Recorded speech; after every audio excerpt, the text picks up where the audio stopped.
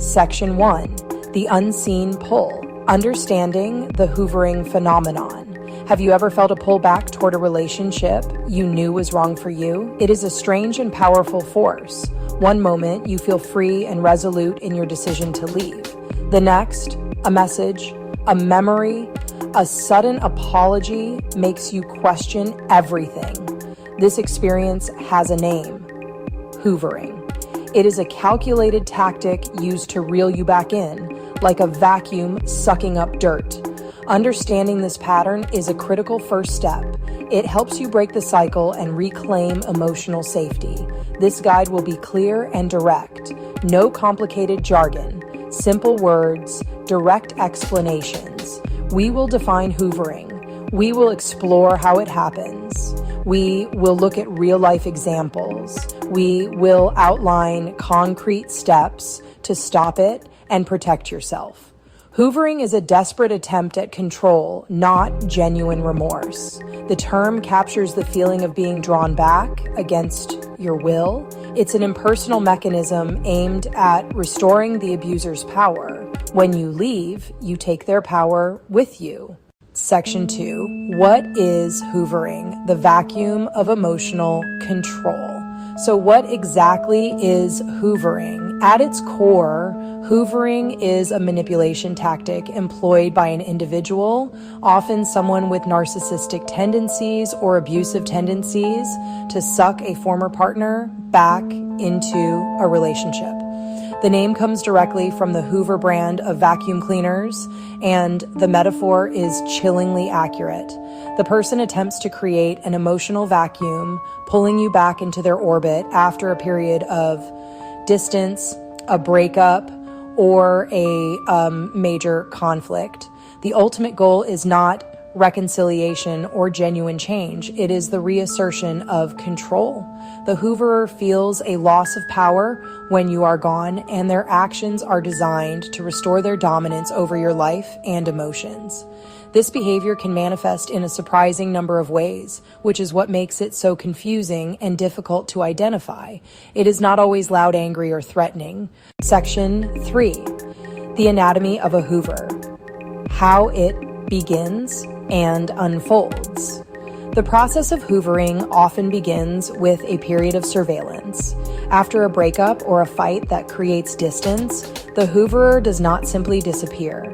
They watch. They lurk in the digital shadows of your life, observing your social media posts, checking to see if you have changed your relationship status, asking mutual friends about how you are doing. This is the information gathering phase. They are looking for an opening, a chink in your armor. Perhaps you post a sad song, mention a difficult day at work, share a photo that reveals you are alone. This is the trigger they have been waiting for, the signal that it is time to act. Once they perceive an opportunity, the hooverer launches their campaign. This is not a single act, but a series of calculated moves. They might start small with something that seems innocent. For instance, they might send a text message that says, "I just drove past our favorite restaurant and thought of you." This is a low-risk way to test your reaction. If you respond, even with a polite but distant message, they know the door is still ajar. Section 4, red flags waving, clear signs you are being hoovered. Spotting hoovering requires you to look past the words and examine the pattern. The first and most obvious red flag is a sudden and intense barrage of contact after a period of silence. You decided to go no contact, and for a while there was peace. Now your phone is lighting up constantly. You receive long, rambling emails in the middle of the night. They call you from blocked numbers. They might even show up unannounced at your home. They might even show up unannounced at your workplace. They might even show up unannounced at your favorite coffee shop. This is not the behavior of someone who respects your need for space. It is a display of pressure designed to overwhelm you and force a response. Another major sign is the sudden emergence of grand promises that seem too good to be true.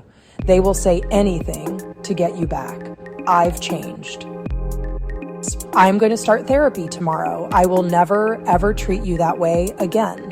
While these promises might be exactly what you have always wanted to hear, they are suspect because of their timing and scale. Real, lasting change is a slow, difficult process. It does not happen overnight. These dramatic declarations are a shortcut. They offer a fantasy version of the future to lure you back before they've done the real work. Section 5. Stories from the edge, real-life examples of hoovering. To make this concept crystal clear, let's look at some real-world scenarios. Consider the story of Maria and Adam. Their relationship was a roller coaster of intense fights, followed by tearful apologies. Adam had a habit of yelling and breaking things when he was angry. After a particularly frightening episode, Maria packed a bag and went to stay with her sister. For 2 weeks, she felt a sense of calm she had not realized was missing. Then, the hoovering began. Adam sent long, poetic text messages about his loneliness. He sent her photos of places they had visited together, captioned with, "Remember this day?" He claimed he was sick and could not get out of bed, asking if she could just come back for one night to help him. Pity overwhelmed her resolve, and Maria went back. Within a month, the yelling and breaking things resumed. Then there is the case of Jamal and Tina.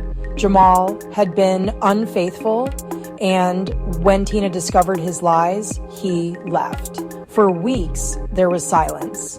Tina began the slow process of healing, but Jamal was watching from a distance. He started posting sad, melancholic songs on his public social media profiles. He then sent Tina an expensive gift to her office. Close up of the handwritten note, "I made the biggest mistake of my life." Section 6. Breaking the suction. Practical steps to protect yourself. When you recognize you are being hoovered, taking decisive action is crucial for your safety and mental health. Trust your gut instinct. If a message or gesture feels wrong, unsettling, too good to be true, it probably is. Your intuition is a powerful survival tool. Do not let the hooverer's words make you doubt your feelings. If your body says this is a trap, listen. Your feelings are your most reliable guide. Honor them without judgment. Establish and enforce clear, firm boundaries. Go no contact or at least low contact. Block their phone number. Block their email address. Block their social media profiles. If they create new profiles, block those too. Blocking is necessary self-preservation, not cruelty. You do not owe them an explanation or a debate. If needed, send a one-time message. Please do not contact me again. After that, silence is your strongest boundary. Section 7. Choosing peace. Final thoughts on reclaiming your life. In the end, hoovering is a trap cleverly disguised as an olive branch. It can look like love. It can sound like sincere regret. It can feel like the second chance you have been secretly hoping for. See it for what it truly is. A desperate maneuver for control, rooted in the hooverer's fear of being abandoned and losing their power. Beautiful promises, heartfelt apologies are not real change. They're bait, designed to lure you back into a familiar, painful cycle. See past the performance, recognize the pattern. Protecting yourself isn't about being cold or unforgiving. It's about choosing your safety and sanity. You have a right to live free from manipulation, emotional blackmail, control, setting boundaries, cutting off contact, a radical act of self-love. Tell yourself and the world that you deserve better.